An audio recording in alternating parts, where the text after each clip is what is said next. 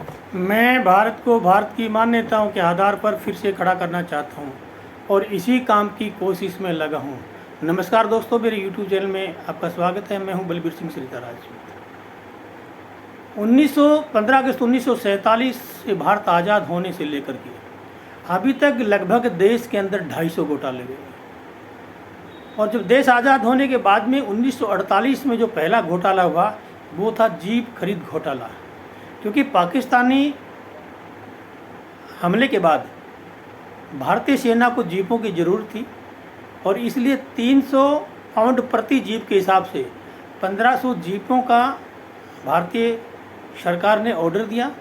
और वो जीपें 1949 में मात्र 155 जीपें ही भारत तक पहुंच सकी और वो जीपें भी तय मानक पर खरी नहीं उतरी। जांच में ब्रिटेन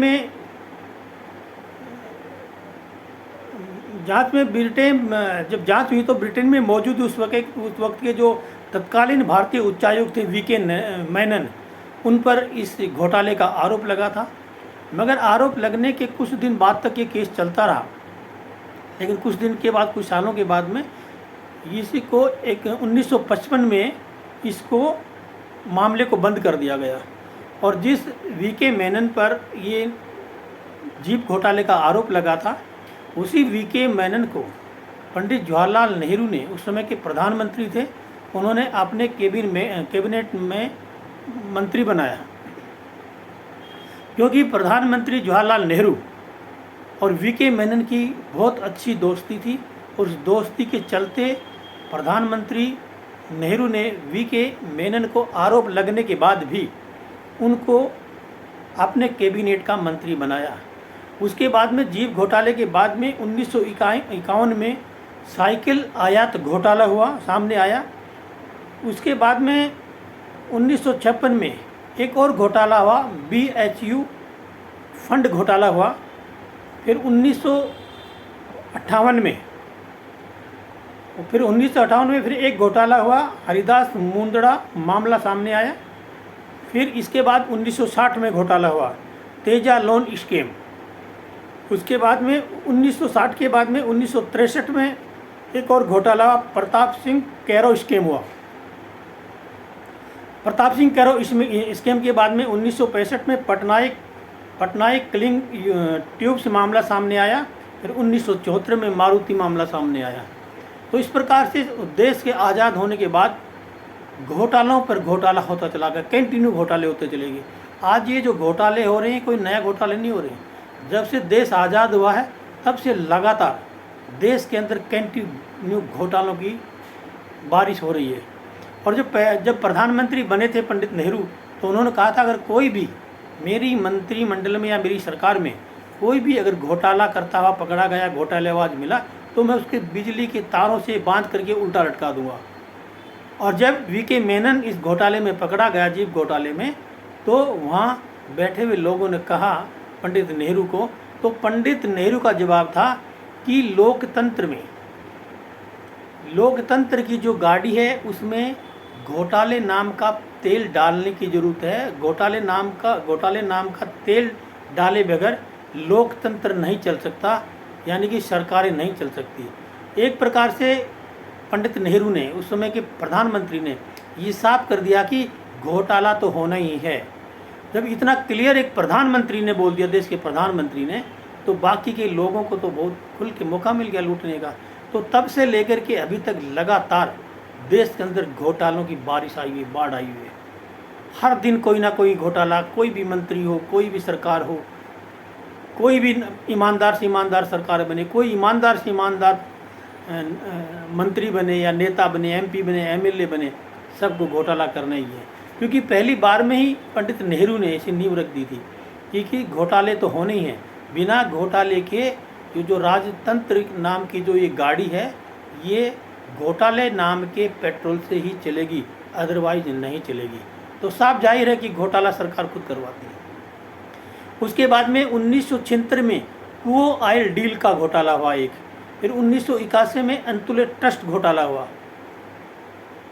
और उसके बाद में 1987 में HDW दलाली मामला केस सामने आया। ये वो मामले थे जिनका खुलासा देश को आज़ादी के तुरंत बाद हो गया था, और उसके बाद तो ये 5 वो घोटाले हैं। इसके बाद तो घोटालों की लाइन लग गई। दिन प्रतिदिन, हर दिन, हर सरकार, हर मंत्री, हर नेता, हर एमपी, हर एमएलए घोटाले ही करता रहा, और आज तक कर रहा है। 75-76 साल हो गया, आज तक घोटाले ख़त्म होने का नाम नहीं ले रहे हैं। और इसके बाद जो घोटाला हुआ वो बहुत बड़ा घोटाला हुआ था, जो आज भी संसद से लेकर के सड़क तक उसकी गूंज सुनाई देती है, और वो घोटाला था बोफोर्स घोटाला।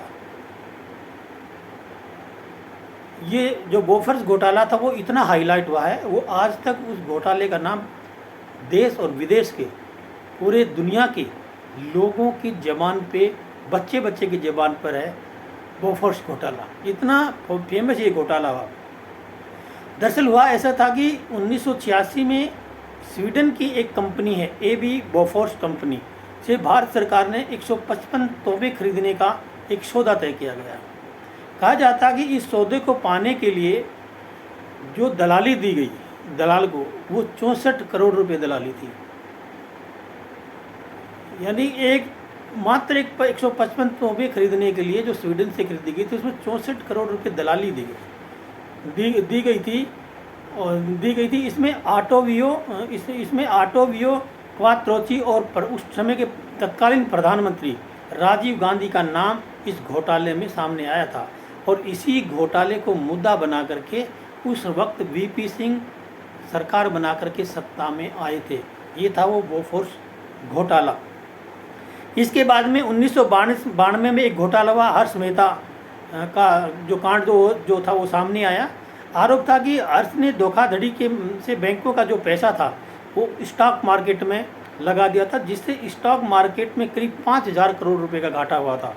इस पर फिल्म भी बनी है, जो हर्ष मेहता जो घोटाला था, इस पर एक फिल्म भी बनी है अभी हाल ही में। उसके बाद में 2010 में 2G स्पेक्ट्रम घोटाला हुआ, जो देश और दुनिया के बच्चे की ज़बान के ऊपर है। तो 2010 का जो 2G स्पेक्ट्रम घोटाला है, फिर 2011 का कॉमनवेल्थ गेम घोटाला हुआ, और फिर उसके बाद में विजय माल्या का मामला प्रकरण में आया। फिर पंजाब नेशनल बैंक का घोटाला हुआ, जो मेहुल चोकसी ने किया था। तो इस प्रकार से ये जो सरकारें जो बनी हैं शुरू से, जब से देश आज़ाद हुआ है तब से ये परंपरा इस देश में रही है घोटाला करना। क्योंकि देश में जैसे देश आज़ाद हुआ तो देश को जिस दिशा में जाना चाहिए था, उस दिशा में देश नहीं गया। देश उस दिशा में गया जहाँ पे देश की बदनामी हो, जहाँ पे देश की बर्बादी हो। ना तो देश के नेताओं ने देश की इज्जत के लिए कुछ किया, न देश के विकास के लिए कुछ किया। जो भी नेता आया वो सिर्फ घोटाला करने के लिए आया, और बहुत मोटा घोटाला करके उस पूरे पैसे को भारत से लूट करके और स्विस बैंकों में जमा करा दिया। कोई फ़र्क नहीं है उन अंग्रेज़ों में और इन भारतीय काले अंग्रेज़ों में। पहले गोरे अंग्रेज़ों ने भारत को लूटा, और लूट करके पूरा माल लंदन लेके चले गए। और अंग्रेज़ जाने के बाद अब ये जो काले अंग्रेज़ जो सत्ता में बैठे हैं, इन्होंने भारत का पैसा लूट के सभी स्विस बैंकों और विदेशी बैंकों में जमा कर रखा। कोई फ़र्क नहीं पड़ा। हमने बस इतना ही किया कि काले अंग्रेज़ों को उठा करके हमने गोरे अंग्रेज़ों को उठा करके हमने काले अंग्रेज़ों को सत्ता में बैठा दिया। बाकी तमाम की तमाम प्रक्रिया वैसे की वैसी है, कोई फ़र्क नहीं पड़ा है। देश की जनता अपनी गाड़ी कमाई से, अपनी मेहनत की कमाई से ईमानदारी से टैक्स भरती है, और उस टैक्स के पैसे को ये बेईमान गुंडे लुच्चे जो ये नेता जो बैठे हैं हरामखोर, ये उस कमाई से ऐश करते हैं, और जनता की उस कमाई से खुद ऐश करते हैं, जबकि वो पैसा विकास के लिए टैक्स के रूप में लिया जाता है। अंग्रेज़ों के ज़माने में भारतीयों के ऊपर 23 प्रकार के टैक्स थे, लेकिन इन काले अंग्रेज़ों के राज में 64 प्रकार के टैक्स हैं। जब भारतीय 64 प्रकार के टैक्स भारत सरकार को देते हैं, तो भारत के अंदर विकास कहाँ से होगा? क्योंकि वो जो टैक्स के रूप में जो पैसा लेते हैं वो तो ये अपनी मौज मस्ती में उड़ा देते हैं। बड़े बड़े फार्म हाउस खरीद लेते हैं, बड़े बड़े बंगले खरीद लेते हैं, पर्सनल जहाज़ खरीद लेते हैं, हेलीकॉप्टर खरीद लेते हैं। विदेशों में इनकी प्रॉपर्टियाँ हैं, बंगले हैं, होटल हैं। तो देश का विकास करेगा कौन? आज तक कोई भी ऐसा नेता इस देश के अंदर नहीं आया है जिसने देश के लिए काम किया हो। कहने को सारे ईमानदार बन के आते हैं, लेकिन इनमें ईमानदार आज तक मेरी नज़र में कोई नहीं हुआ है। कोई भी एक भी नेता आज तक 15 अगस्त 1947 से भारत आज़ाद तक से लेके आज तक कोई भी नेता भारतीय राजनीति में, किसी भी सरकार में, किसी भी पार्टी में ऐसा नेता नहीं आया जो ईमानदार हो और देश के लिए काम किया हो, जो देश के विकास के लिए काम किया हो, या देश की जनता के लिए काम किया हो, देश की जनता की भलाई के लिए काम किया हो। कुछ नहीं किया इन्होंने। विकास तो बहुत दूर की बात है।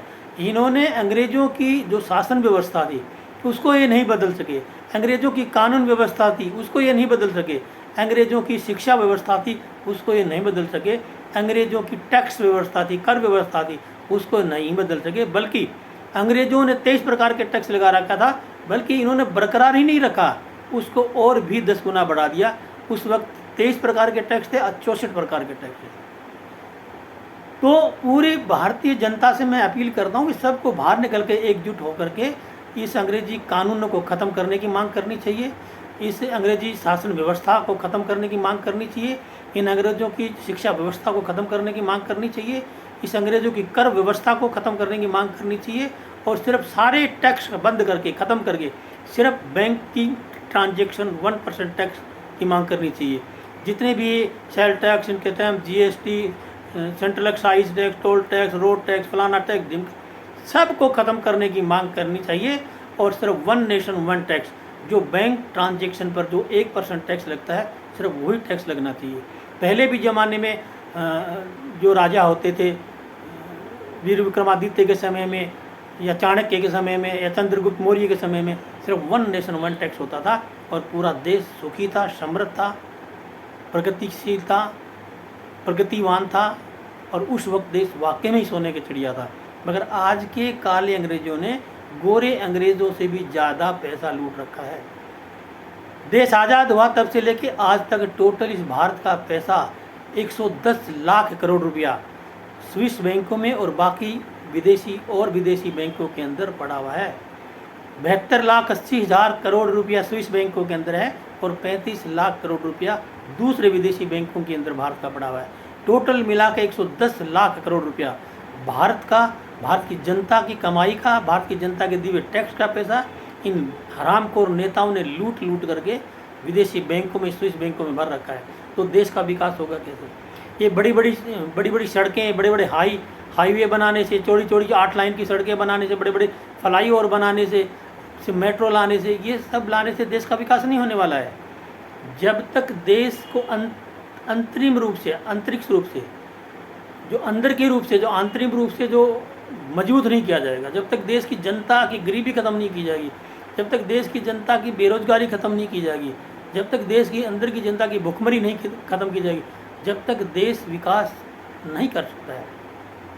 और इन सरकारों का विकास का जो पैमाना है नापने का, वो क्या है? बड़ी बड़ी सड़कें, लंबे हाईवे, 8 लाइन का रोड, बड़े बड़े फ्लाईओवर, बड़े बड़े पुल, बड़े बड़े जहाज, हवाई जहाज़ों में यात्रा करने वाले लोगों की गिनती, ये यहाँ इन लोगों की ये विकास को मापने की एक सिस्टम है।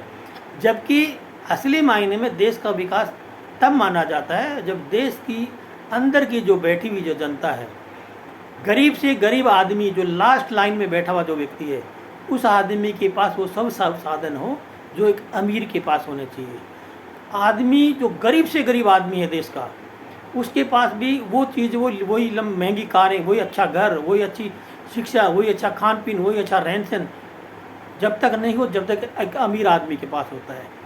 एक अमीर आदमी और सबसे गरीब आदमी का जीवन स्टाइल, लाइफ स्टाइल एक जैसी नहीं होगी जब तक देश का विकास नहीं माना जाएगा और देश विकासशील नहीं माना जाएगा।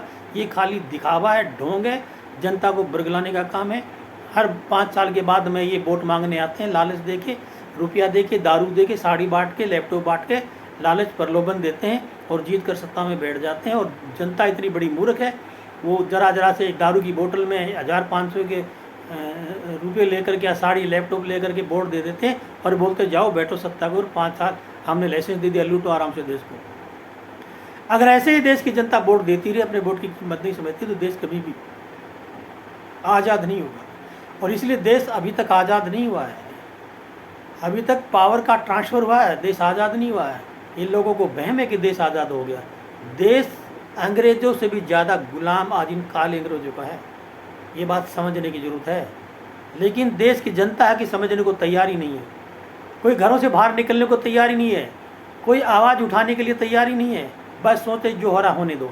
मगर भाई साहब अभी दो ही काम है, या तो जो हो रहा है उसको होने दो, आपके बच्चों की पेट पे लात मार रही इनको तो मारने दो, या आपको अपने को बचाना है, अपने बच्चों को बचाना है, अपने बच्चों के भविष्य को बचाना है, समाज को बचाना है, देश को बचाना है और राष्ट्र को बचाना है, तो बाहर निकल करके इन सब चीज़ों की मांग करनी होगी कि अंग्रेज़ों के द्वारा लाए गए सारी कानून व्यवस्था को ख़त्म करने की मांग करनी होगी। अंग्रेज़ों की लाई हुई लागू की हुई शासन व्यवस्था को ख़त्म करने की मांग करनी होगी। अंग्रेज़ों की लागू की गई शिक्षा नीति को ख़त्म करने की मांग करनी होगी और अंग्रेज़ों के द्वारा और उसके बाद बढ़ा करके थोपे गए टैक्सों को ख़त्म करके one nation one tax system लागू करने की मांग करनी होगी। तब जाके इस देश का उद्धार होगा, तब जाकर ये देश दोबारा से समृद्ध बनेगा, तब जाके दुनिया दोबारा से अखंड भारत बनेगा, शक्तिशाली भारत बनेगा। जब तक कुछ नहीं बनने वाला, बेवकूफ़ बनने के अलावा कुछ नहीं बनने वाला। तो आज के अंक में बस इतना ही, कल फिर मिलेंगे किसी और मुद्दे पर। जब तक मेरा वीडियो शेयर करिए, लाइक करिए, सब्सक्राइब जरूर करिए। जय हिंद, जय भारत।